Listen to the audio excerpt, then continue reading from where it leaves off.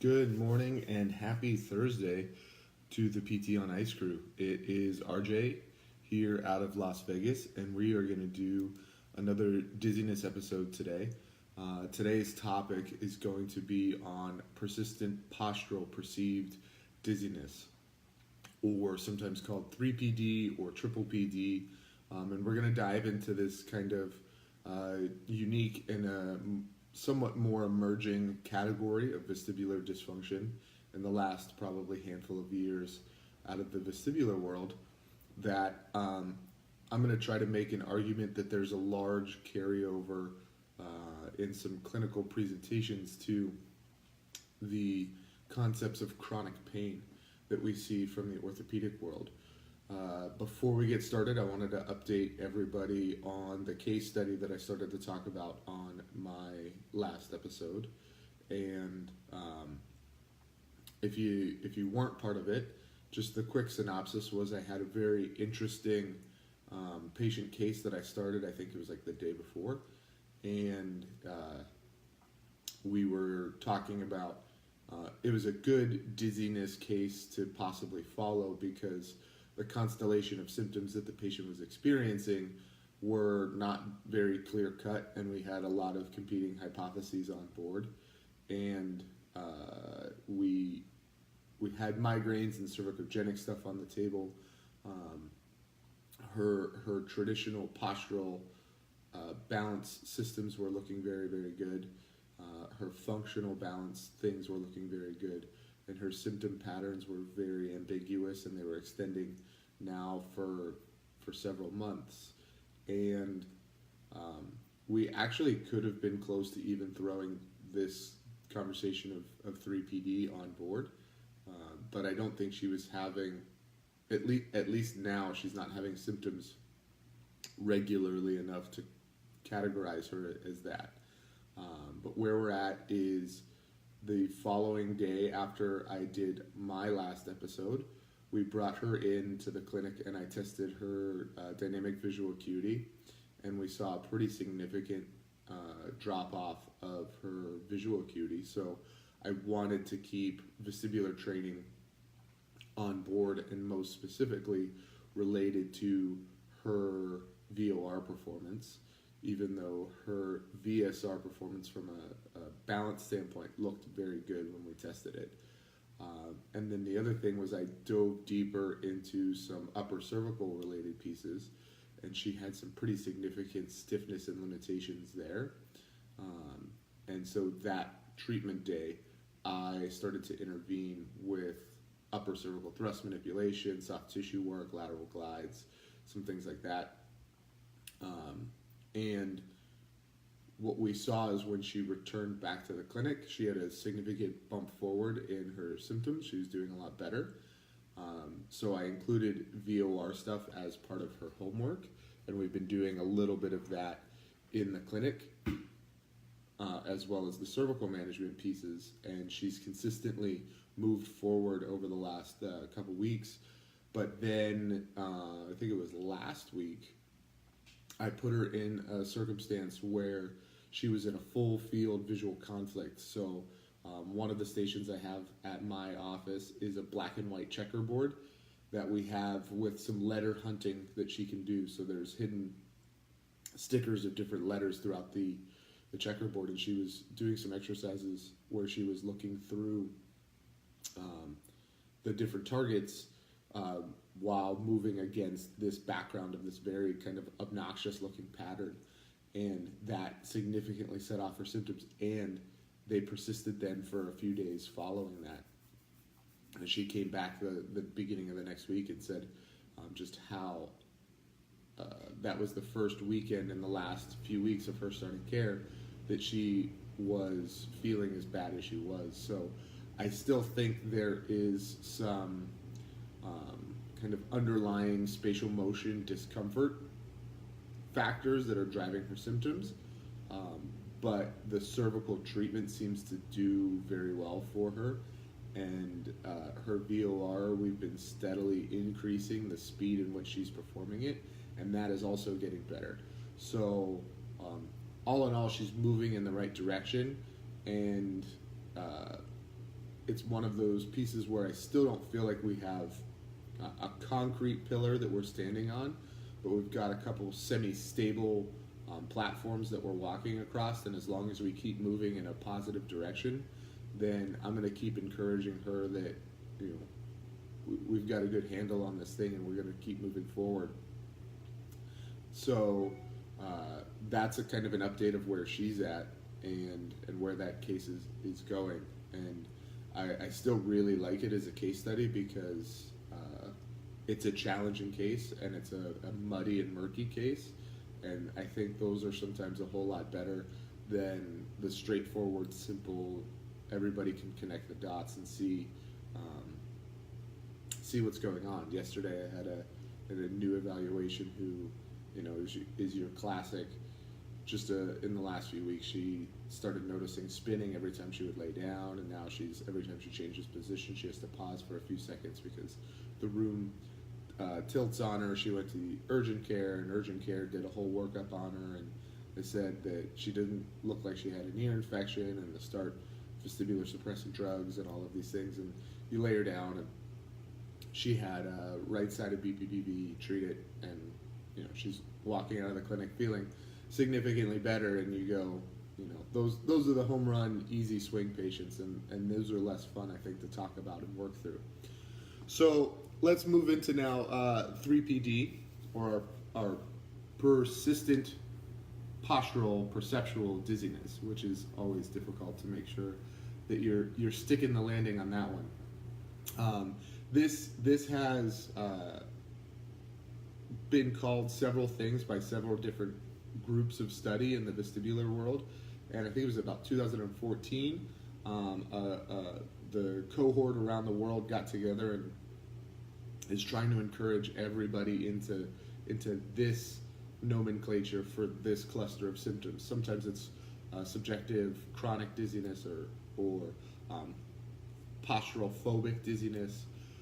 Basically, we're looking at non-vertiginous dizziness, so the absence of spinning, so more of a disequilibrium type dizziness or an unsteadiness that can be caused by a person's own motion, being in complex or motion-rich environments, and or during tasks that require specific focus or concentration, like working on a computer.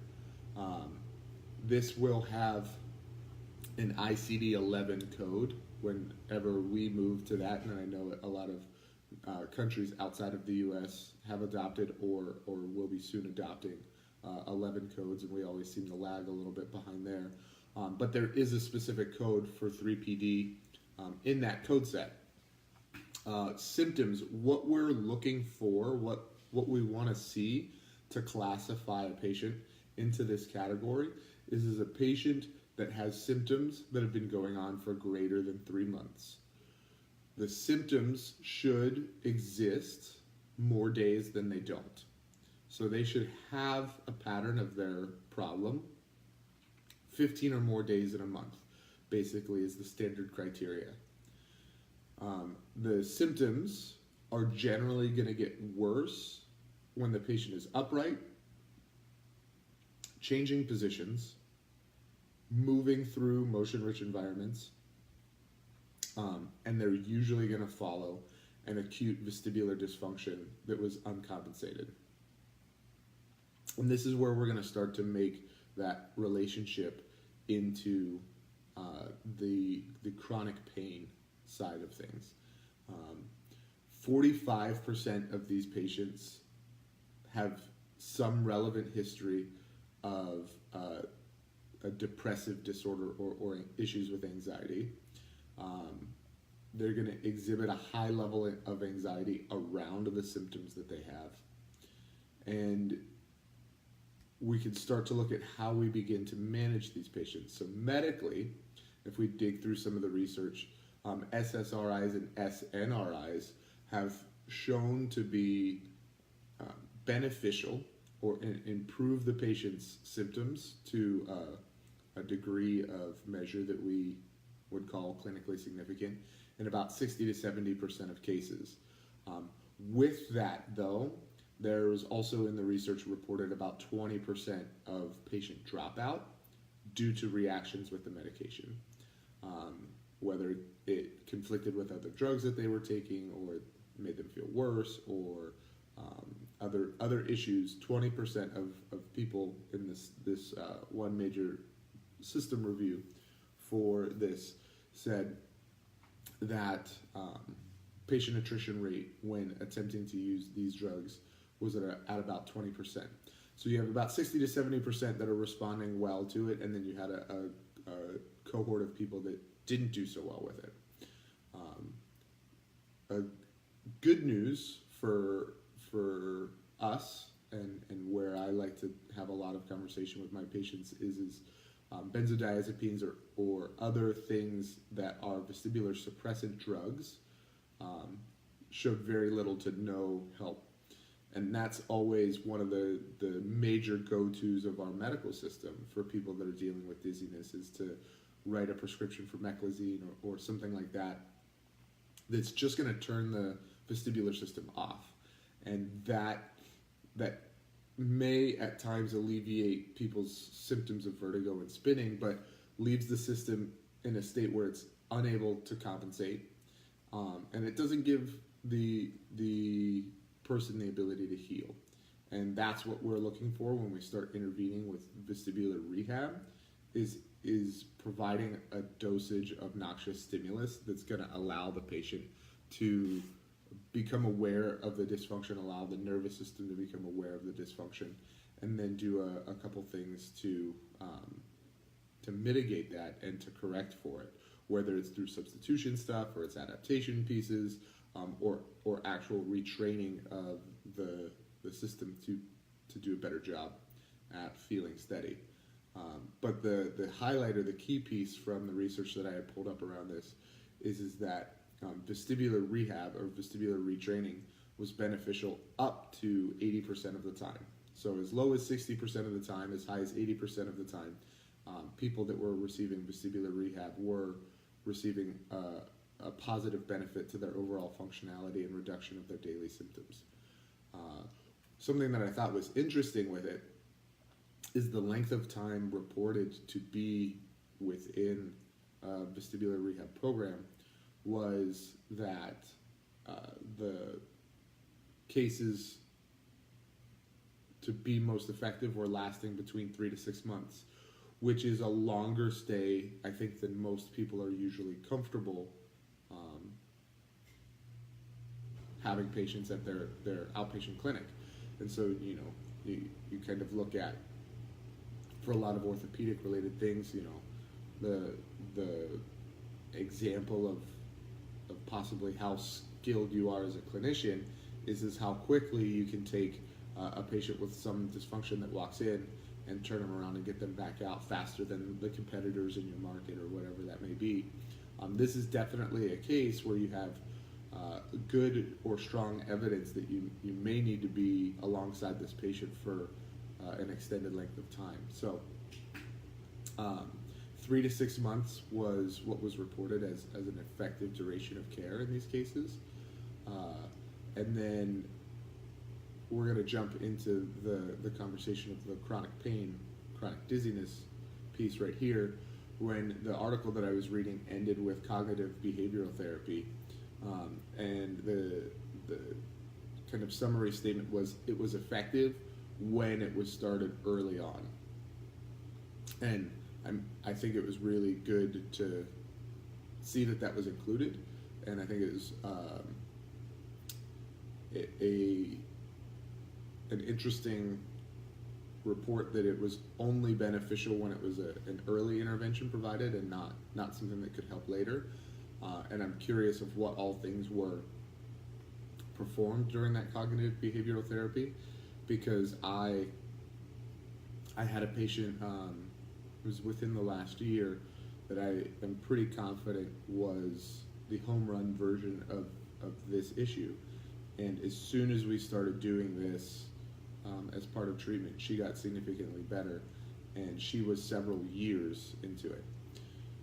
So where I would like to make this relationship is one of the one of the major factors in the symptom cluster was we had symptoms that were lasting greater than 3 months, symptoms that were more often than not, so 15 days or more, basically almost any time except laying flat and still. So being in an upright position, anytime a patient changes position, being in motion-rich environments, and having to do any visually precise tasks. I mean, that's a pretty wide net that we're casting there. But the last statement was usually after following an acute disorder. And so where I feel like I've tended to find some of these patients is a patient has a vestibular crisis. They struggle to get the appropriate care for it. They become very fearful of movement, and then they don't ever recover from that. Even though the vestibular organ may have healed. And that sounds to me a lot like chronic low back pain. They suffer some form of tissue damage, possibly during an activity that involved bending, twisting, moving in a certain way.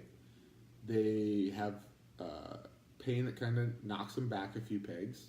They become very fearful of movement, and they begin to avoid movement. And even though the tissue damage resolves, the pain associated with that experience doesn't. And they get stuck in the fear-avoidant behavioral pattern of inducing movement into the spine. And then forever they avoid that type of thing. They further perpetuate the problem. And so we have these patients here that now almost any environment, any stimulus that involves them changing body position or being in a motion-rich environment or things like that will trigger their symptoms. And my lady that I was referencing from last year, she had a clinical history of depression, and she was also experiencing some changes of her mental status, and she was becoming more fuzzy with being able to remember details and things like that. And we had a moment where she was trying to describe her symptoms for me and saying that she almost always has them, and then nothing seems to really help them at all. And she couldn't really pinpoint any factors that made them better or worse for her. And she would say that she was consistently a 9 out of 10 in symptoms when she would come into the clinic. And then one day we were having a conversation, and she was reporting kind of the same, just still a 9 out of 10. And I was probing deeper into things that she was experiencing, and she said, well, it's really difficult riding here as a passenger in the car. I have to sit and close my eyes. And I said, oh, so is riding in the car, something seems to make it worse, because I was just trying to find anything that was moving the needle in any direction. And she was like, yeah, I get significantly worse in the car, like a 6 out of 10.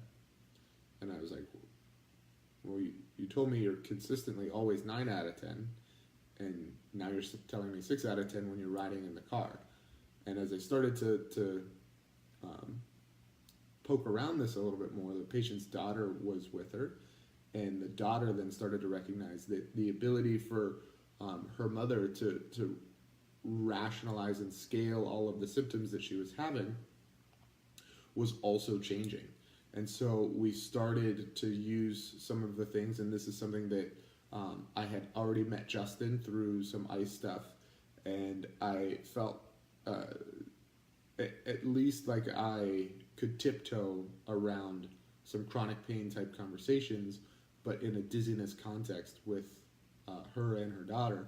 And we started just using some simple strategies to talk about symptoms, talk about tolerance to symptoms, talk about how she very likely suffered a very strong vestibular injury, and the fact that she was spending about 23 and a half hours out of a 24-hour day not doing anything was going to only worsen her tolerance to the things that when she would try to do something. And as soon as the daughter was able to really put those pieces together and then be an advocate for me in the home and get mom out doing a couple more things pretty consistently. And we were using small goals of 2 minutes, then 4 minutes of getting out and being active, that we finally started to kind of turn a corner. And this is a lady that had previously seen us at my clinic here in Las Vegas about 2 years prior, and failed care. Has toured around several big hospitals on the West Coast with no progress until a doctor out of UCLA finally sent her back to us and said, hey, I know these guys in Vegas, they do a very good job, and fortunately I felt I was better armed to tackle her problem again. But after the first few weeks of really not making much progress, I think it was when talking with Justin that some of this started to click for me, and I was like, man, I'm treating non-mechanical low back pain with mechanical interventions, and I've got to make a change to what I'm doing with her for this to be effective, and I've got to treat this part of it. And so we intervened there. I got mom on board, or I got the daughter on board with mom at home. It was a hard time getting the husband on board, but when we did, that's when we finally started to make some change. And so that's where I think a very interesting or unique piece to this conversation could be looking at things like Justin would cover in his persistent pain course, and those strategies alongside the vestibular rehab that we traditionally know in working with these people that are kind of stuck on in the dizzy feeling or dizzy sensation. So that's going to kind of wrap it up for my chat today on 3PD. And if you want to jump on board with one of the vestibular courses I'll be doing, I have 2 on the calendar right now. One coming up at the beginning of September that's going to be up in Oregon, and then one at the beginning of 2019 that is going to be out in Colorado. So those are still a little bit of a ways away, but are going to be a blast, and looking forward to having those. If you're looking for some ice in your life a little sooner than that, we've got some stuff coming up with Justin Dunaway. If you want to get on this persistent pain stuff that I was referencing today, they just started a cohort on the 7th of May, so look for another one of those coming around in the near future. And then we've got the injured runner course coming up May 19-20 with Jason. With Jason, and then we have a cervical spine management with Jessica out of North Carolina. So we've got a course in Virginia and North Carolina coming up here, not this weekend, but I believe that's the next weekend. If you want to jump on one of those, we always have a good time. We'd love to have you. Thanks for joining me today, and always drop me some comments if you've got questions or things you want to see covered from a dizziness world. And we'll catch you later. Have a great Thursday.